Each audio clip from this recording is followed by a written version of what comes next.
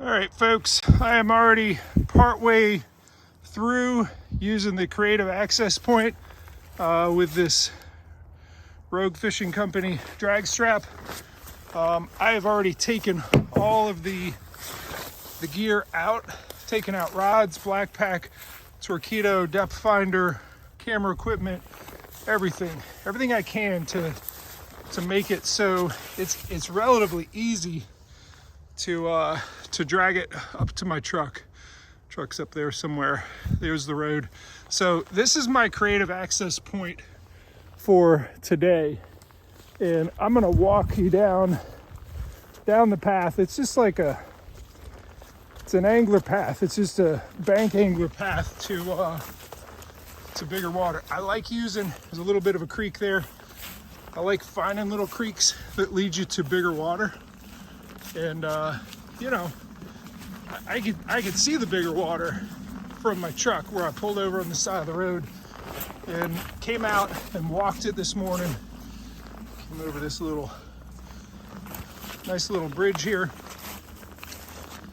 and the little creek that leads to the bigger creek that leads to where I caught tidal largemouth today. Down there, zoomed down there with a torpedo, you know, caught some largemouth in 47, 48 degree water. But, you know, I wanted to go over using creative access points. You can find some of them on Google Maps. You'd kind of say, hey, I can park in one spot and, you know, the road gets close to the creek, but ultimately you have to go to the spot and look at it and walk it. And that's what I did this morning. So I walked it, came down here and looked at, you know, this and said, yep, this is doable with the drag strap, with carrying down my gear first. When I came in, actually when I launched, this was all full of water because it was higher tide. And I was able to put the boat there and pretty much float it out.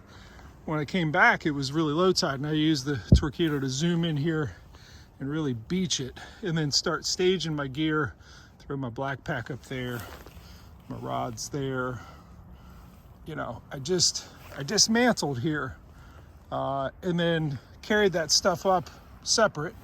And now I'm doing the last part, which is, you know, is just getting the kayak back to the truck. You know, we get over all this stuff.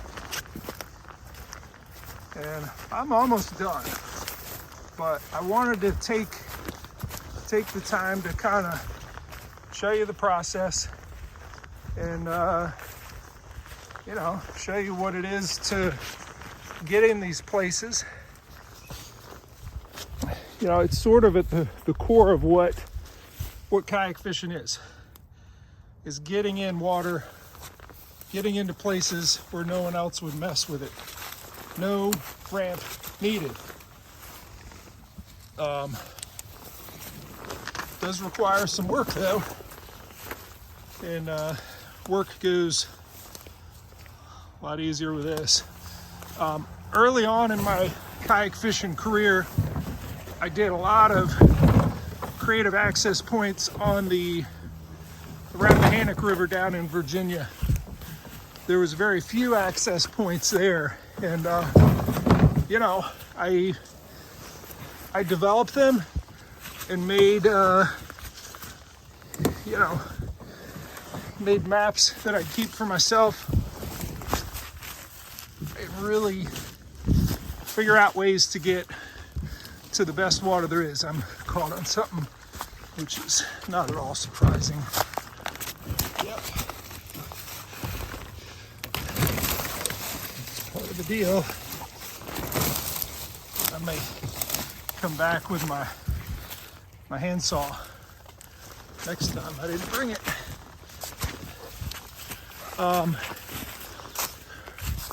But yeah, I mean, there are for sure some waters that don't see any pressure, and you know, you get to enjoy it yourself, but you got to do the work. You gotta figure out, hey, is this possible? And even if you don't think it is, go walk it. It's worth it. It's worth it. I did use this creative access point just to get in the water and get to one that's closer to where I wanted to fish. And I may not use this one again. Not because it's difficult, but because I sort of reverse engineered getting to, the spot that I wanted to be.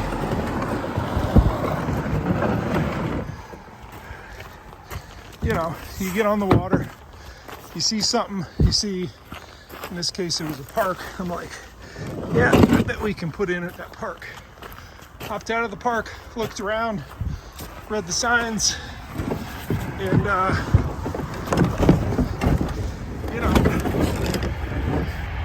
off the train,